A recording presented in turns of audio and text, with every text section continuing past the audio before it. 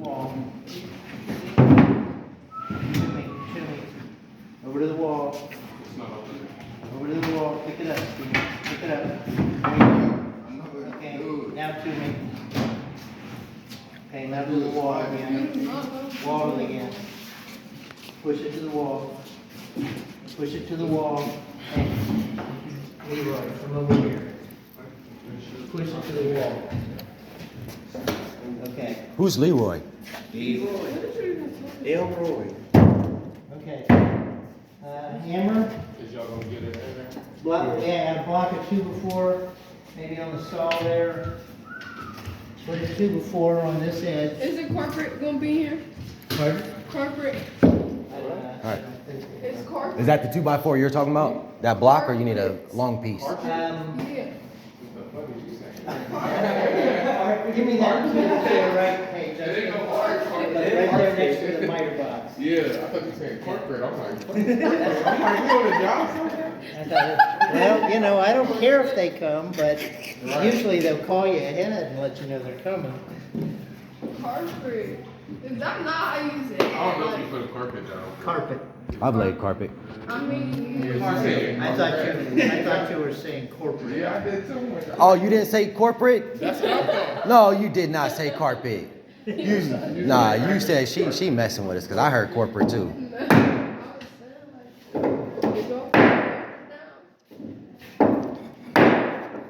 Hey, why am I doing that, Ahmed? You don't want to mess up that.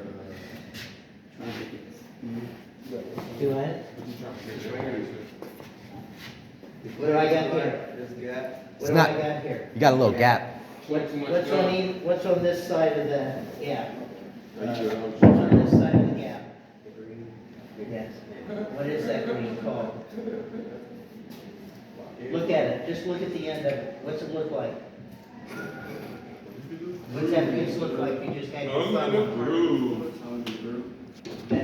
Well, it's the tongue and groove is the joint, but which one's the tongue and which one's the groove? Okay, so that's why we're putting it together like that.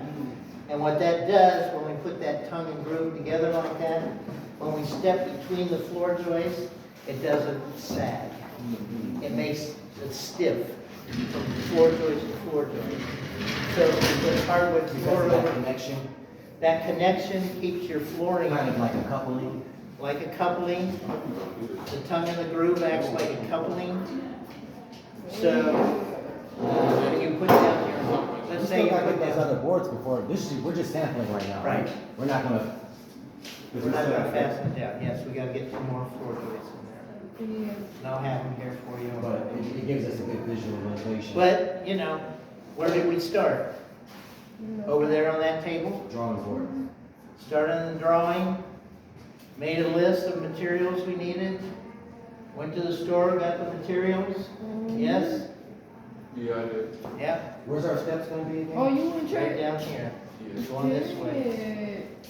Me and. Period. Yeah, so they know where Y'all the- took a truck? Yeah. Nah. Like how long will wood things stay? Oh, no, they brought them here. We went and just forgot. Like, we placed the order base. Oh, yeah. No, I went, yeah. Yeah, I know. I'm talking about me and him. We went to Yeah. go place the order.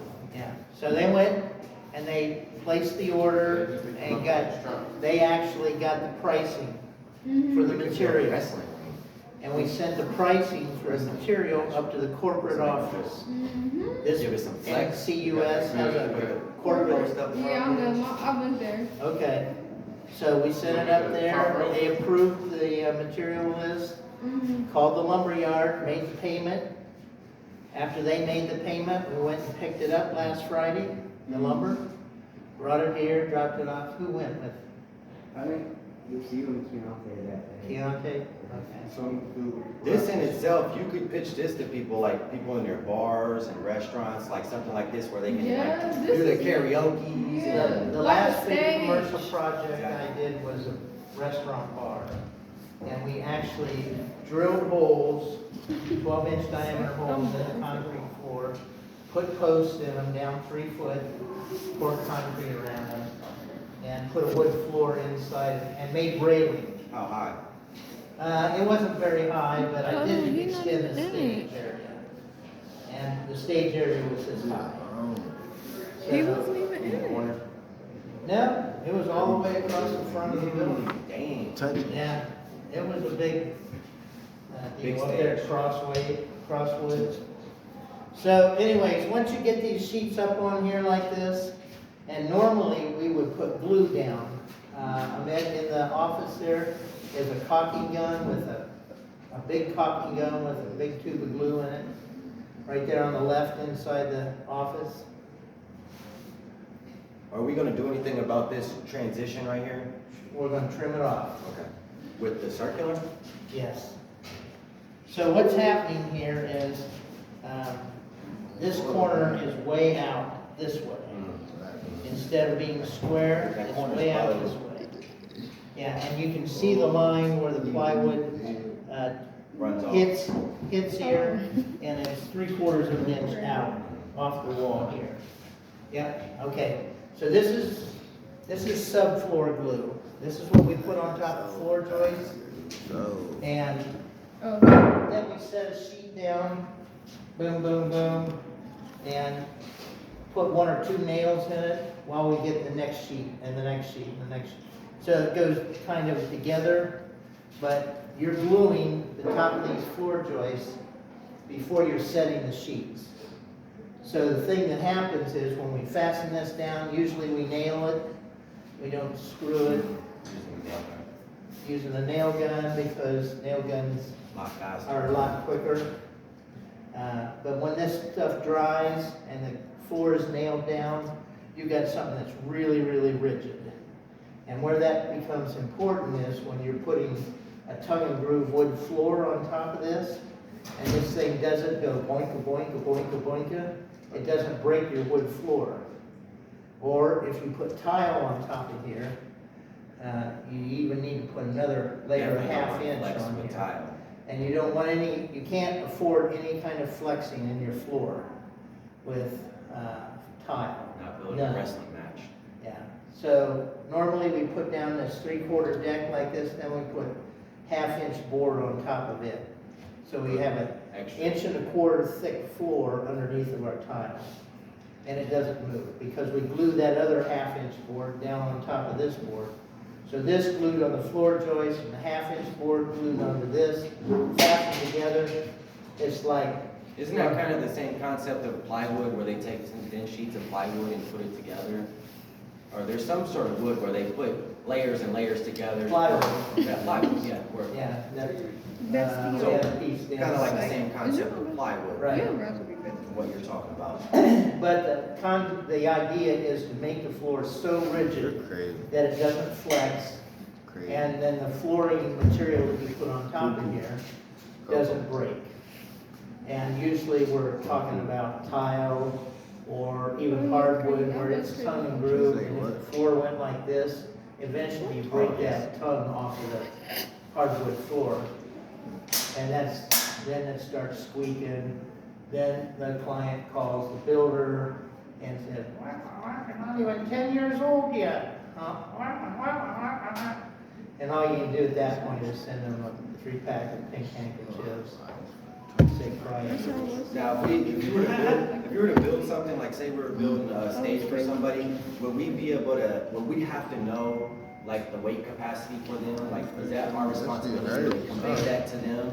Well, you would go to the structural, and you would ask them first, what kind of load do you anticipate putting on that stage? A rock band. You know, if you're gonna put a rock band up there, and these guys are jumping around, you got 10 guys jumping around All like, that equipment.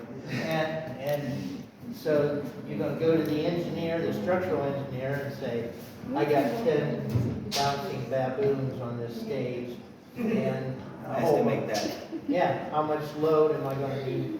And so they'll tell you whether that 2 by 8 is big enough, or whether you need to go to a 2 by 12 or a bigger piece. And each one of these floor joists. Or maybe extra toenail tacks. And Justin used to work for an outfit where they made an I-joist floor joist.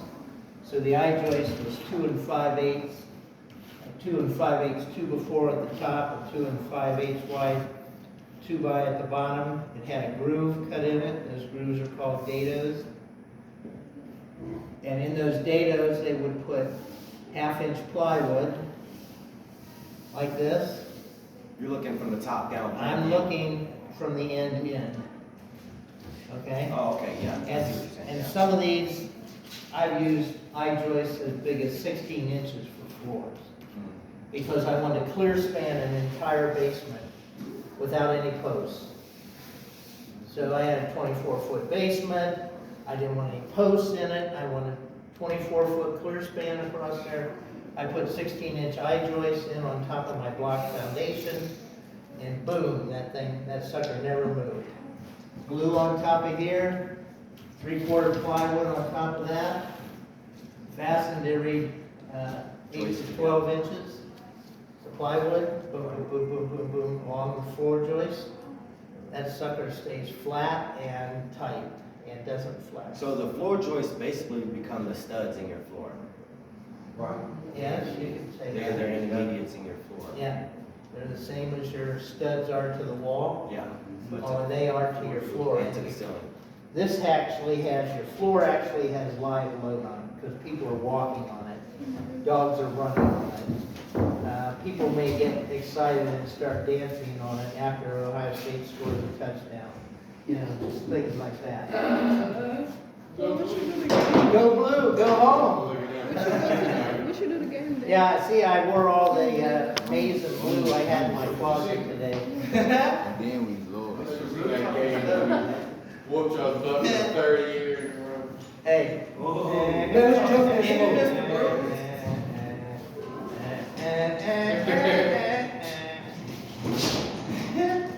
Y'all got one good player. Mr. Blue. I think we got out coached, really. I just think we got out. I think we got out. No, y'all did not get outcoached. Yeah, Y'all we got did. outplayed. for No, we sure. got outcoached. If you watch that whole game, y'all got outplayed.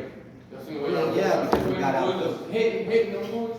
Y'all got outplayed. That's what it was. Last year, we definitely got out. And This year. and honestly, it wasn't really y'all's coaching. To me, y'all just really got outplayed because y'all had a lot of good plays where y'all was not catching the ball. and Didn't stuff like- execute. Yeah, y'all didn't execute that. So it was just, y'all just got outplayed. You'll have And that. plus, I ain't gonna lie, we had home advantage, though, so that didn't make a big difference. Okay, Trent, take that block and that hammer and drive this sheet, start on this corner, and drive these two together. Justin, watch. Watch the groove. It's gonna pinch together. It's gonna pinch together. Do the middle.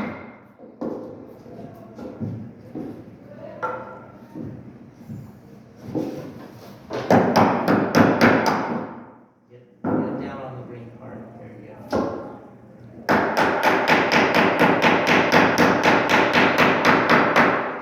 Okay. A couple taps is all I need there. Okay, that's good. So this tongue and groove doesn't come tight together. It's perfect. It's designed to be gapped just a little bit like that. Well, because you can't get this thing built before it's going to rain on it. So it's got a lot of, these pieces of OSB are 90% rosin and 10% wood. So they're designed not to swell up as badly as regular wood, plywood. So they want you to make sure you space this stuff a little bit, like an 1/8 of an inch. Yeah, like an 1/8. Right And here. that's They fight. So it can expand and contract during the season. They sound like they fighting. so like, when they make these, they got a bunch of chips and they pour in the rosin. Ma, you do kind of look like a black airway jet. Yeah. Right. Oh, I didn't know that. I thought, like, I always Now, this is wondered. OSB, oriented Oh, this is, strand board. okay. Plywood are layers, 16th-inch layers, and they're oriented in one direction, and then the next layer is the opposite direction, then the opposite direction, and depending on the thickness of the plywood you get. And they have all kinds of indexing equipment that they use to set those plies square. They fighting over it? Yeah. Okay, so we got it glued, we got this, the floor joists are glued, we set the sheets, we bumped them together.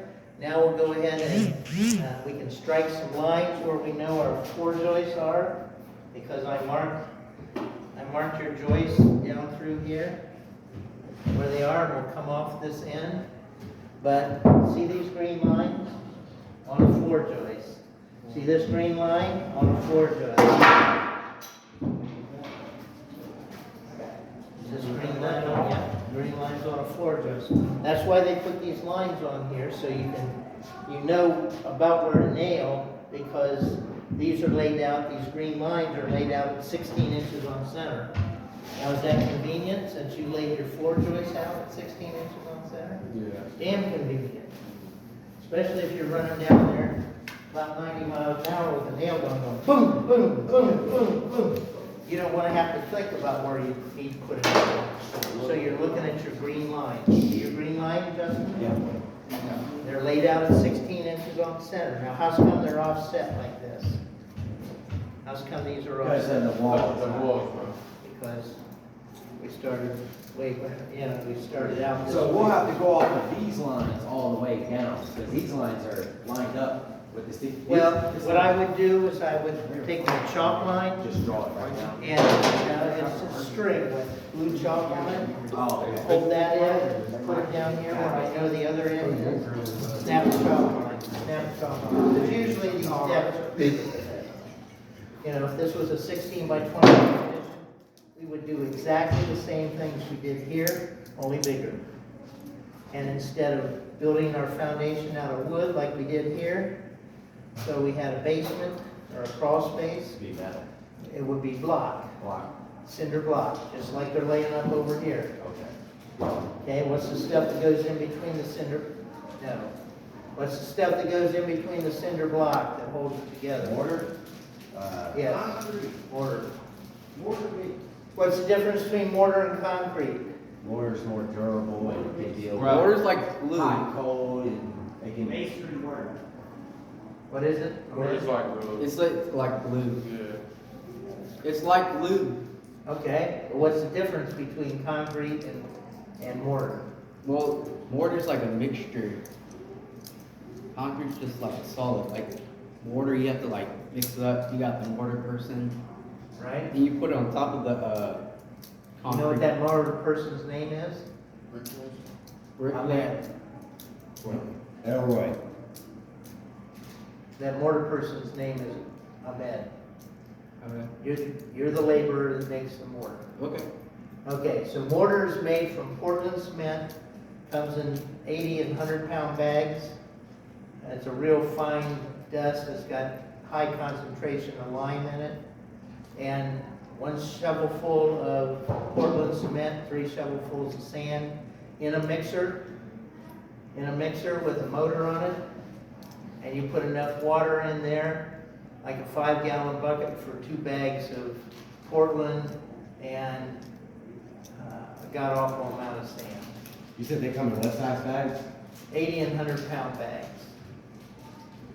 Depends on who the... They don't have like small bags? No. No?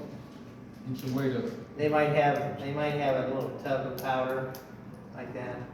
But this 16 by 20 room addition you just dug the hole for, how much concrete are you going to use in that footer? 2 foot wide, 1 foot deep. I'm not sure precisely. Okay. How would you figure that out? I mean, I know we already did that. Yes, We probably have the numbers on the board right now. maybe. So What we, would you ask? How We need how much much concrete concrete? would you be making inside the footer, in the footer in this 16 by 20 foot room addition? 16 foot wide, 20 foot long. which the footer is just this part down here. Right? It's just the trench in the bottom of the trench that you dug. That 3 foot deep trench, footer, Inches 12 inches thick, below this. 2 foot wide. Oh yeah, yeah, yeah. That's the answer. Yeah. What's the answer? Well, that was the formula. What you said. Yeah. What's the formula? You said 3 foot wide by 2 foot. I said 3 foot deep. 3 foot deep by 2 foot wide. 36 inches and 24 But that's the size of the trench. How big's the footer?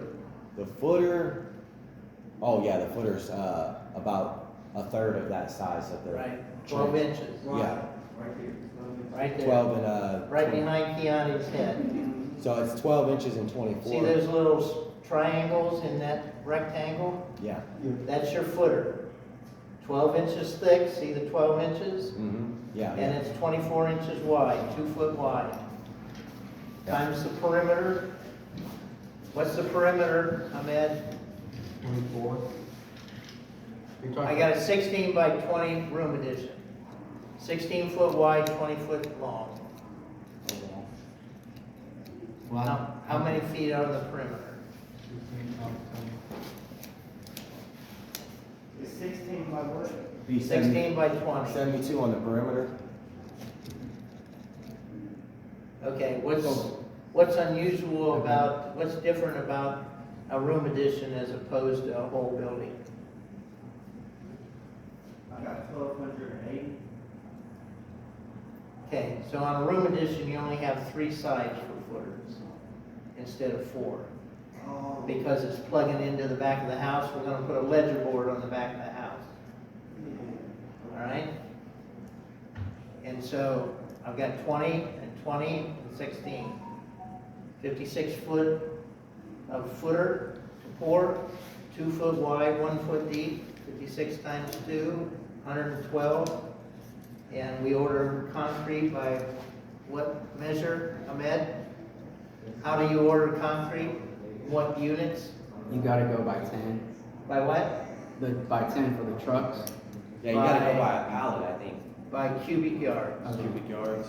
You order your concrete by cubic yards. And how do you convert cubic feet into cubic yards? You have to divide it by 27. You're correct. Okay?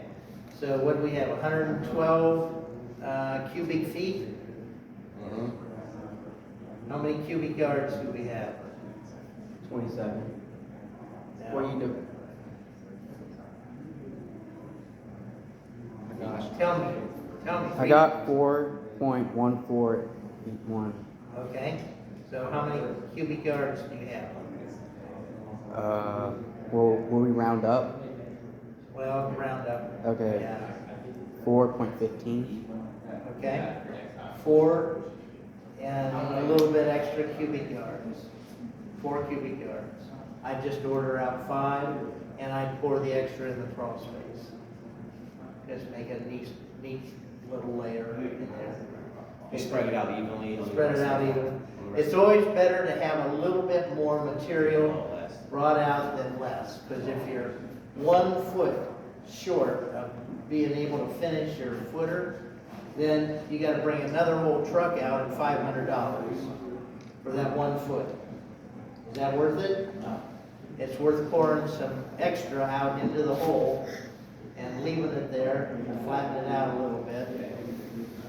So always order a little bit extra material, unlike the guys that ordered this frame. Yeah, those guys. Those guys, What the birds. what a crew. So, and Trent's not even listening. Oh, those guys ain't teaching nobody, right? Oh, so what did I just tell him? Oh, order a little bit extra material every time, so you're not 1 foot short when you pour your footer, Yeah. or 2 floor joists short when you order your wood. We're shopping this one. Well, always order a little bit extra. Always cut a little bit extra, always, if you're gonna cut extra, I mean, you don't wanna cut short most of the time, right? Extra's typically better than less. Yes. You can put extra aside if you're short. It's gonna cost you $500 every time. Boom. Another concrete truck just to bring you out a foot of concrete, $500. I'm pretty confident standing on that thing and it's not secured on that. What you mean? Now, what if you order the 5 cubic yards of concrete and you only want to can you save that one? Is it savable, that one? It's not savable to save that one yard? It's just gonna harden on It you. will. Yeah, so I just pour the extra into the So just use it hole right then and there. and flatten it out a little bit, throw gravel around it. Yeah. Okay, are you gonna, I'm gonna give him a call. okay, you're gonna get your password, right? Yep. All right. So Monday, we're gonna split, we're gonna, pardon? 30. And Mr. Jones may come by, if he comes by, I'll be here till 3. I'll make sure I'll stop back. Okay. All right, is there any